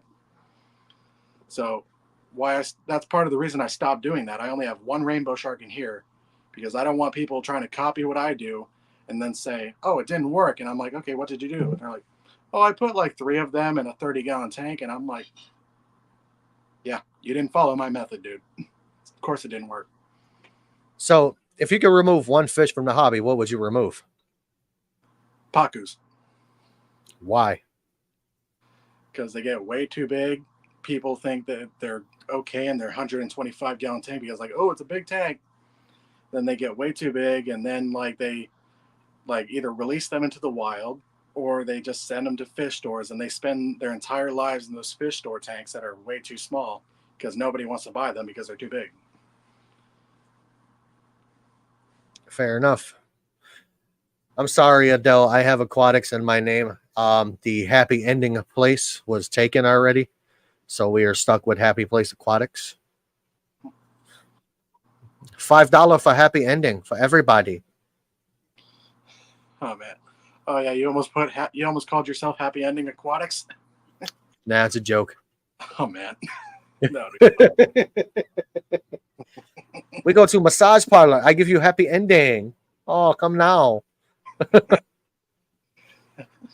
like, oh, you want Oh, I am not changing the name. I am going to leave it the way it is. I've got shirts made already. Not happening. Yeah. And I might even I'm thinking about like I considered getting rid of the Shamu in my name because I also started out as like a SeaWorld like YouTube channel, but then like I just want to focus on fish only, and plus I don't exactly support keeping orcas in captivity anymore, so it's like, get me away from that. But like, fish are second, whales and dolphins are number 1. I can understand that. If I was going to remove a fish from the hobby, I've said it a million times and I'll say it again. I'm going to remove the red-tailed catfish. That has zero purpose in this hobby. What do you need a 4-foot catfish for? Just to be when like, it's grown. Look at me. I've got a 4-foot catfish and a 20 long. All right. So I tried something. I tried to do it as a joke. So I set a 10-gallon tank up in my basement and I put an FX6 on it. Dude, that thing sucked that 10-gallon tank dry. Oh, man. It was pumping water out of it so bad. I couldn't adjust the flow. I was trying to turn it down. I'm like, damn. And actually, I don't unplug this FX6 when I do water changes. And you could just see that water just blasting. Oh, yeah. But just the outflow, like, pointed down because it was actually the first time I did a water change with it on this tank. It was like shooting water on top of the glass lid. Oh, yeah. This one does it. I mean, literally, it'll shoot it to the front of the tank. It's smacking off the front of the glass. But yeah. I really wanted to do the spoof. I wanted to do, all right, I got my 10-gallon tank set up with an FX6 on it. How many Oscars do you think I can put in this? You know, just to be a clown. That didn't work. Yeah. One thing that bugs me about that FX6 is like, look, this jungle valve is leaning, like being blown that way. But it's like, okay, whatever. I wanted this filter. Now I have it. I got to put up with the BS that comes with it. Can you do me a favor and maintain this for a second? My neighbor is calling me. He just had surgery. There may be something wrong. Uh-oh. All right. Okay, I'm going to try to keep up with this chat, y'all. I'm going to scroll up. I'm going to stop at a certain point. Yes, exactly, master. They'll focus on their own school and they'll leave other fish alone. Well, 25 roseline sharks in here, and I still see them chasing my rainbow fish. But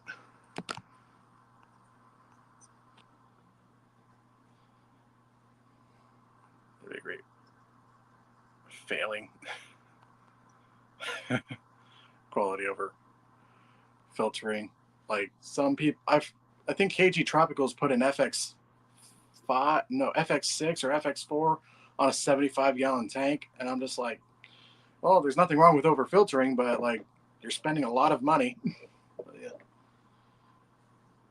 Garcia, what's going on? That's just streaming with Happy Place, and my ass hurts from sitting on this stool that I'm sitting on. You know what? I'm going to put a pillow on this thing.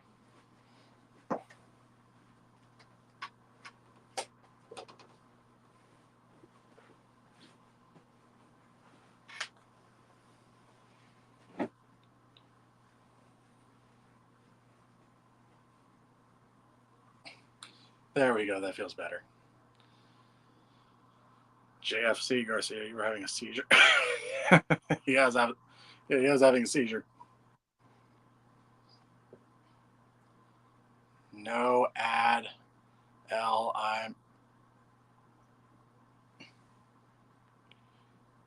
If I was high right now, I'd be tripping out.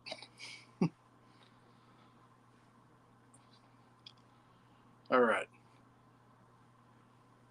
Any questions y'all got, I'll answer them the best I can. I'm not a fish expert by any means. If you're wondering how I keep this tank so crystal clear, it just is. I don't know what I did specifically that makes it so clear. I just have 2 canister filters, do my water changes. That's it. It stays clear. I don't know why. Seeing people do the same thing and their tanks are all cloudy. Sorry about that. Everything Yeah, he had prostate surgery on Thursday. ouch. You know, and he is a really good neighbor. He has keys to my house. He watches my dogs when I'm out of town. So he calls me. It's typically something's wrong. He called me with some other news. Like a good neighbor, State Farm is there. My God, dude. what are you doing, Garcia? Are you bored, sir? I am pretty boring. Wow. My friends tell me I act like I'm 50. That's all right. There's nothing wrong with you being a civilized individual. Yep. I was 21 at 15. That's why everything's boring now. Yeah, I was an adult at 15. I had no choice. Oh yeah. Yeah. Ow. He's rocking that algorithm for me. Tommy from State Farm, get down. What are you doing? Like a good neighbor. I can't stand Arnold. Yeah. I always say like a good neighbor, stay the fuck over there.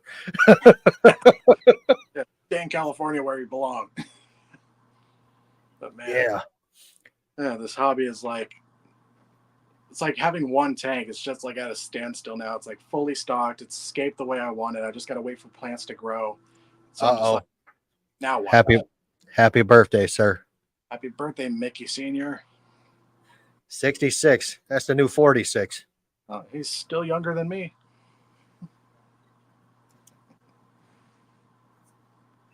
Do you have any other animals at your house other than fish? Okay, so at this house, we also got my grandparents' weird fat little Yorkie who barks at everything. It's not normal for a dog to be barking at somebody that she knows. And then at my mom's house, I have 2 wieners. It's my kind of guy right there, baby. 2 wiener dogs and a cat. Okay. Yep. Oh.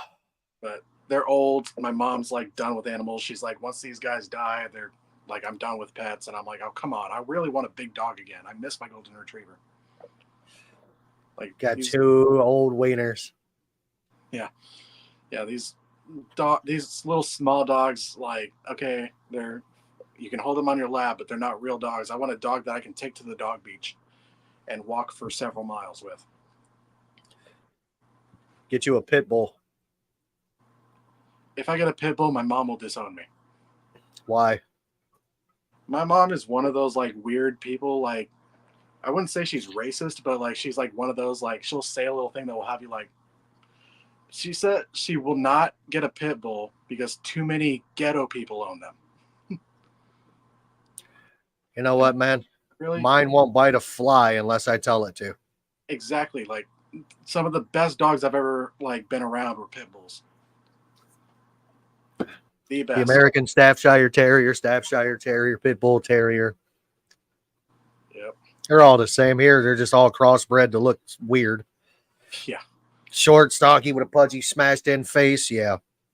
Mine looks like your old school stereotypical pit bull, except for she's mixed with American Bulldog, so she's got the height and the length, and she looks like a pit bull in the face. Yeah, I love pit bulls, but my mom will never want to be around them for some reason. But they are beautiful house hippos. I love a pit bull. Yeah, my mom likes huskies, but like she also doesn't want to get a husky because she thinks they're mean. She just likes them for their looks. They are probably the best dogs ever. Oh, so they make some of the cutest Welcome, puppies. TC. Like pit bulls and wiener dogs, the cutest puppies, hands down. You can mix them together and have a wiener pit. Oh no. I already have a half golden retriever, half pit bull. I know, half golden retriever, half wiener dog, and thank God that dog turned out mostly normal looking. Yeah. She looks like she basically this half golden retriever, half wiener dog. Like you basically take golden retriever and shrink it down and dye it black. That's what she looks like. Adele's got a good point there. Foster one. She might come around. She won't let me do that. She doesn't even want fish tanks in her house, and like all these like non-fish people, such as my mother, they always like overthink fish tank. I'm like, it's a glass box. It just sits in the corner and they don't freaking do anything. It's not like they climb out of the tank and start pooping all over your floor.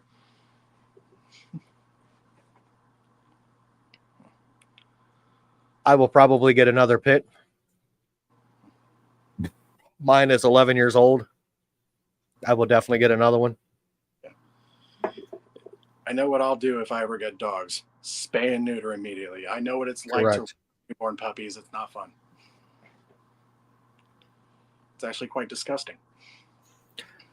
I know. I think me and you've talked about this once before, but what is your job title where you're at? What do you do for a living, I should say?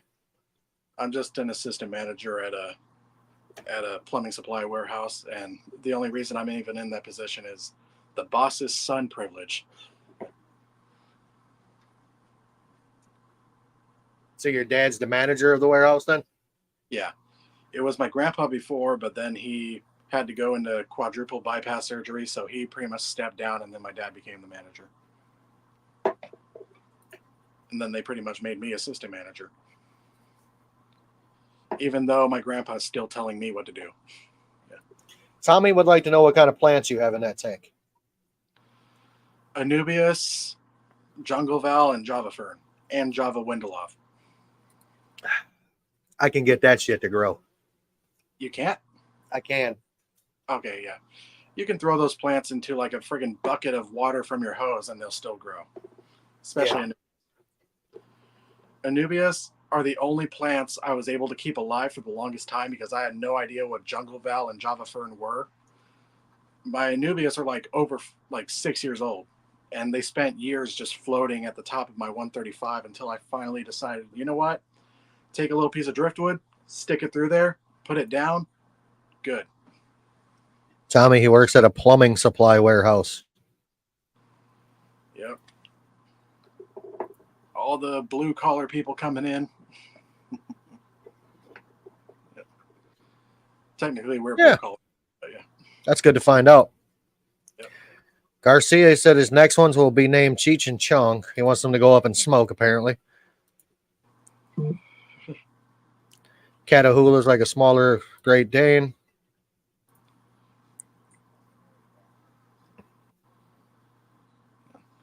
Oh, man. And I have, I miss my golden retriever, but like my golden retriever was like, you know how like everybody says they're the friendliest dogs and all that? Mine was very good with people, especially loved kids. Like if a little kid ran up to her and started touching her and all that, it was no worry in the world. But if another dog that she was not familiar with came up to her, fighting. She got attacked as a puppy, does not like other dogs. The only problem I've had with my dog is when she was about 6 months old, I didn't have my backyard fenced in yet. So we would always take her out on like one of those retractable leashes. So she can go do what she needs to do, like, oh shit, in like a nice space, you know what I mean? So she's not right next to me on like a 4-foot leash. Well, I'm trying to open the door and attach the leash at the same time. And she shot out between my legs and she took down probably about a 6-month-old deer. Oh man. Just straight on it, right to the throat, dropped it. It was in her yard. She didn't want it there. Oh man. Yeah, I would find all kinds of dead rats and even possums, like, and you knew they were dead because their throats would be ripped open. I thought it was all my dogs ganging up on them, but as soon as my golden retriever died, no more dead animals in the backyard. We even found a dead iguana back there. That is the only thing she has ever like physically injured. Oh God. Yeah. Now she'll just stand at the back fence and look at him like, "What's up?" I think she made an example out of one, and the rest know not to mess with her. Wish mine only injured a deer and didn't freaking injure other people's dogs. God. But luckily, when my golden retriever ragdolled the neighbor's chihuahua, she, of course, went Karen mode, called the cops and all that. But guess what? The cops laughed at her. You know why? My dog was on a leash. Hers was not.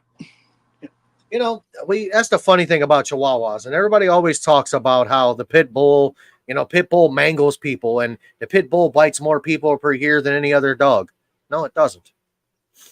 The only reason why is because it's reported because of the breed. So basically, people are doing racism towards the breed of a dog. Yeah. They don't report the fact that a Chihuahua will friggin' bite a leaf if it moves. If you walk near them, they'll bite you. And a Chihuahua bites more people per year than any other dog in the United States. Oh, yeah. But it's the pit bull that does all the damage. Yeah. And typically the pit bulls are the ones that are mistreated the most.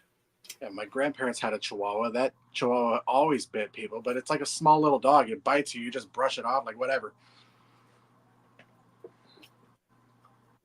Danny, that is one big long tank, sir.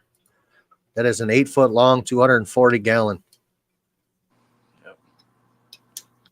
Thanks. Dachshunds. Oh, man. And also, dachshunds always have a reputation for being snappy. Mine weren't. I've seen some aggressive ones, though. Mine are the nice. Aggressive towards other dogs, too. But very good with people and kids. The man has got a sexy tank. I'll give him that. Oh, yeah. Yeah, it took me forever to get one of these. Like, I could have gotten one of these years ago. I just didn't think the floor would support it. But then, like, I was going to, like, when I had the 135, it's like, oh, great, the stand's starting to fail. I guess I'll have to get another tank, but it'll have to be roughly the same size. And I was going to get a 180. But then my dad was like, wait, you're going from a 6-foot tank to another 6-foot tank that's just a little bit wider, but it's still 6 feet long? That's stupid. You should get a longer tank. And I'm like, I don't think the floor would support that. And he said, no, there's like big metal beams underneath the house. And I'm like, oh, really? We checked them out. It's like, there's like a little freaking tag, like that's obviously like washed out, but you could barely see it enough to where it says max capacity, 12,000 pounds. And I'm like, oh, all right. So we were golden. Well, typically a 240 gallon tank, the stand, the gravel, if you put, like the pound per gallon worth of gravel in it, which is 240 pounds. typically that tank probably maxes out somewhere between 27 and 2,800 pounds, including the stand. Oh yeah. Yep. So I mean, you're pretty golden there on weight. You probably could stack probably 2 or 3 of those right there and be just fine. Yeah, it had to go in this specific spot though, which was the shitty part. I did not want, because before when I had my old 125 tall, it was on that wall over there. So when I got the 135, I just put it over here. So I didn't have to tear down a whole tank, keep all the fish in bins for several hours. But with this tank, it had to go in the exact spot where the 135 was already sitting. So I'm like, here we go. Not a single fish died in that whole process. That's a good thing, man. I had a tank fiasco. So when I first got all of my yellow labs back in the day, I don't have any of them now. They're all gone. When I first got them, I had them in a 55. I was just growing them out in a 55 because I had planned on buying a bigger tank. Like literally, I was paying for it. It was in layaway basically. So I was going to grow those out until I finished paying for it. Well, the tank was sitting on an old desk, and apparently the top of the desk was uneven, and the bottom of the tank split. So I had to tear it down. I mean, like I had to tear it down with a quickness. I had to get all the fish, and the only tank that I had that I could put them in is my purple clown puke tank. And I had 3 female bettas in there at the time. So I had 3 female bettas and 20 Mbuna together for like 2 days. Oh, yeah. So talking about, I was as nervous as a cat in a room full of rocking chairs. I didn't lose one fish. So I set up another tank that I went and bought. I had to buy another one real quick. I set up another 55. Like a dumbass, I put it on, or actually I bought a 50 used. Like a dumbass, I put it on the same desk in the same spot. Well, this one didn't crack. This one just leaked. And I came back. I left, went to work. I put them in there the night before, went to work. I came home the next day from work, and there was only that much water in the tank, and the fish were all sideways. Oh, man. So I got them all, threw them back in the beta tank again. And then I just went and paid off the 125 and brought it home. Oh. And knock on wood, I don't need even knock on wood. They're all gone. Not one of them died. That's your happy ending. Now they're all gone. Oh. Aggression. Man. The numbers dwindled. The aggression picked up, and they all got picked off. Oh, yeah. Yeah, that's what I was talking, like the group of rainbow sharks and red tail sharks I had. Like it went very well long term. They all like died of old age and all that. No aggression issues. They just like died one by one, like over the course of 3 years from getting old. Like at like anywhere from 7 to almost 9 years old. Tank Boss died first because he was the oldest. When I got down to the last 2, that's when it got sketchy. So I just took one of them out and just kept the one until he got old and died. But when the numbers go down, it gets worse. You gotta love it, man. Yeah. And a friend Gotta of love mine it. has a 130. She has a 130-gallon tank. She only has 4 peacock cichlids in there. One of them is always out and about, and the other 3 are hiding all the time. And if they come out of their hiding spots, and I keep telling her, you got to get more. She's like, no, if I get more, there's just going to be more fighting. No, there's not. You need to get more. At least 10 more. You know what, guys? If you guys have not liked and subscribed to Shamu Aquatics, I dropped a link in the chat. Please make sure you go and do that. Gentleman has a beautiful tank. Guys, I have another guest coming next week. Next week, my guest will be Jesse from Salem. Hell yeah. So we're going to get him on there, and that ought to be a decent time. I'm working on a couple of other ones. There's going to be some that some people are going to like and some that people are not going to like. And I'm going to apologize ahead of time. Some of them will be a little weird. Oh, yeah. I'm going to bring some non-fish people in here as well. Oh, yeah. This is an aquarium hobby channel. However, I'd like to talk to some other people as well. Oh yeah. I'm going to stay on topic. I am an automotive guy. So I have a gentleman that I can sit here and talk to him all day about it, and you guys could ask him questions, and I'm sure he would agree to be here. His name is Brian. Brian is probably one of the smartest men I've ever met in my life. And I am a master tech. This dude makes me look like I am a lube tech. That's how smart this guy is. And that's not me taking away from myself. This guy is that good. But Brandon, sir, I appreciate you being here. I really do. I'm not ending the stream. I'm just, what the fuck? What happened? There's about 4 gallons of water on the floor from my Oscar. It hit me in the back. Oh, man. You're in the soak zone, dude. Oh. Danny Aquatics, to answer your question, this tank was made by Fujimoto's Aquarium, and I think they're in Gardena, California. But unfortunately, I got the last one. They're retiring. No more. They're not making no more. They're old. I think the husband got injured, can't make the tanks anymore, and they're in their late 60s now. So they are calling it quits. They're shutting down the business and retiring. That's sad because that's a beautiful tank. Oh yeah.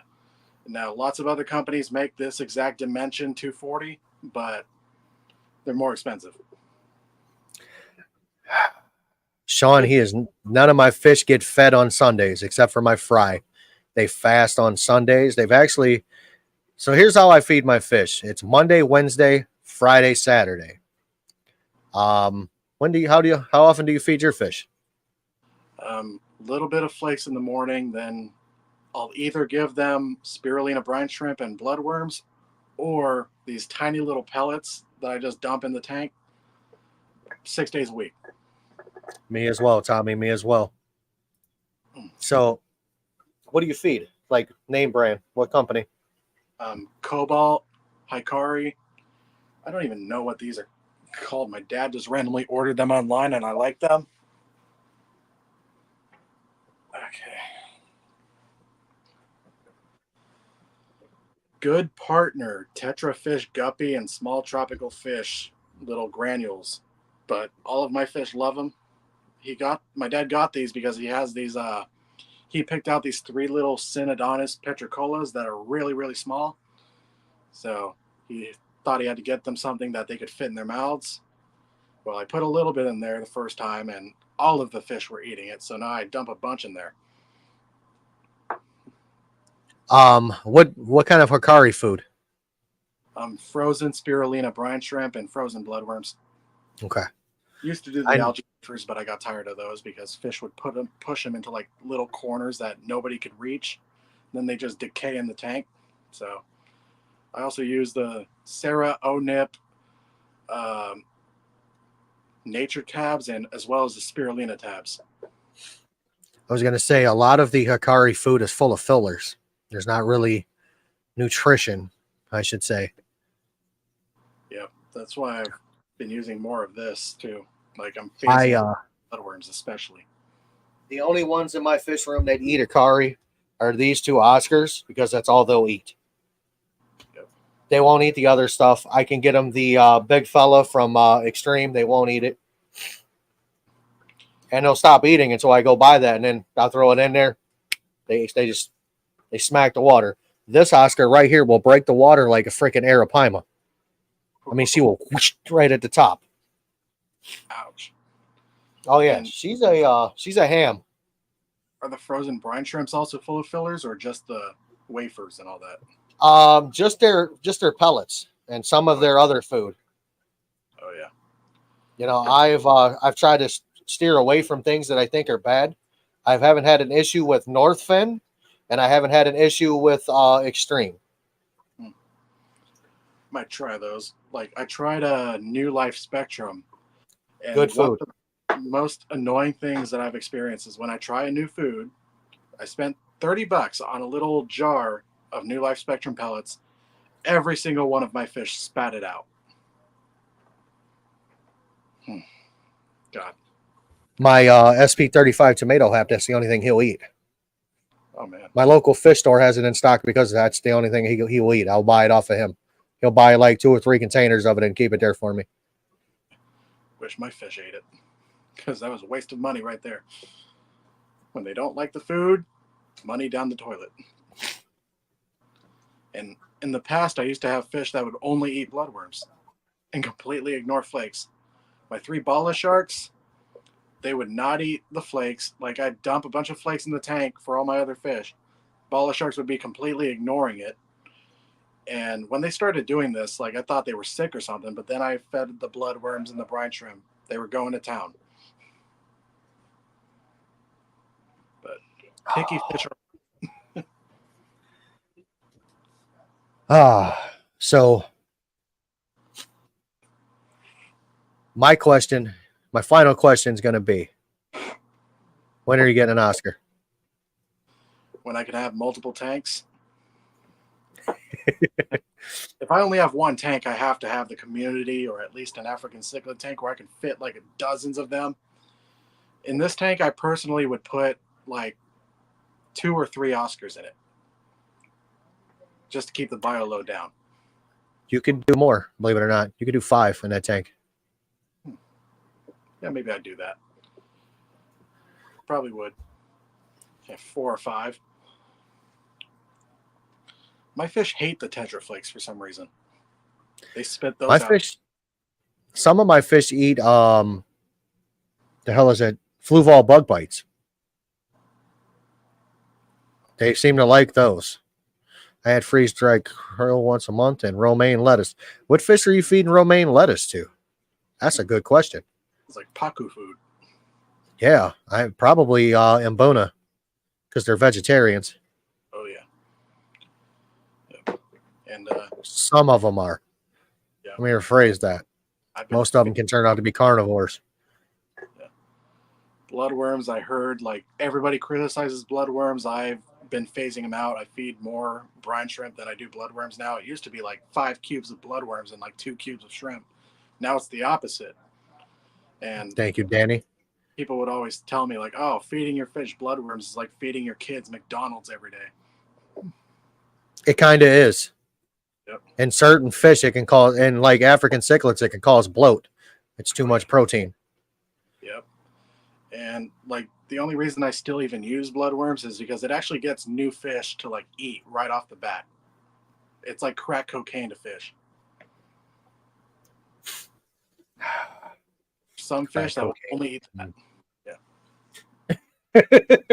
He said crack cocaine. I'm like, no.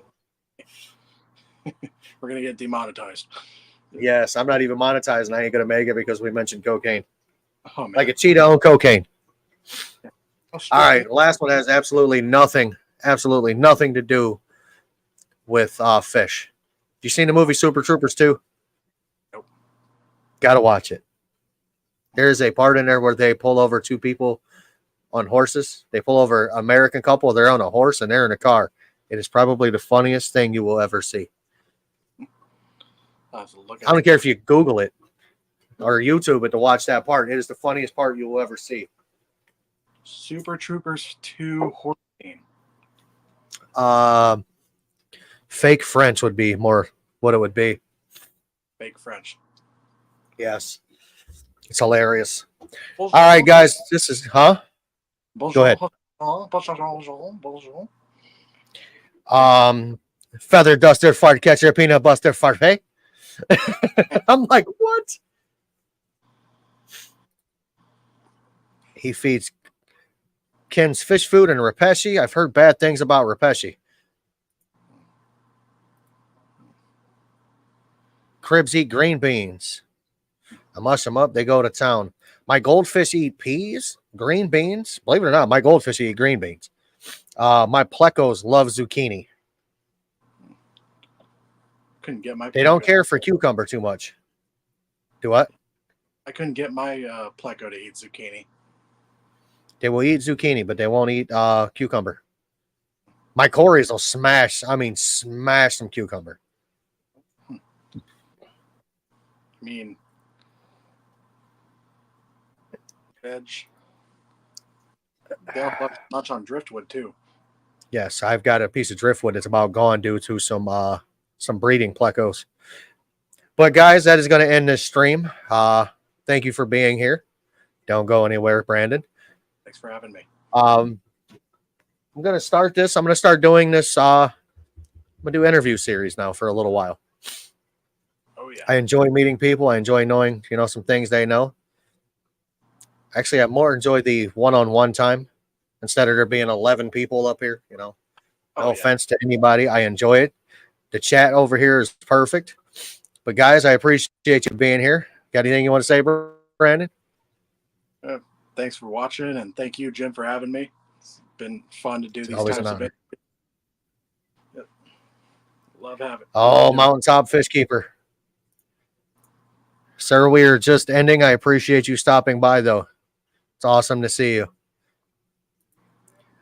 But guys, we are going to do this on some Sundays for a while. This is my third interview. My first one was Tommy last Sunday. My second one was Berto last Sunday. And now we got Shamu or Brandon today. So everybody, enjoy the rest of your weekend. And remember, it's your hobby. Do it your way.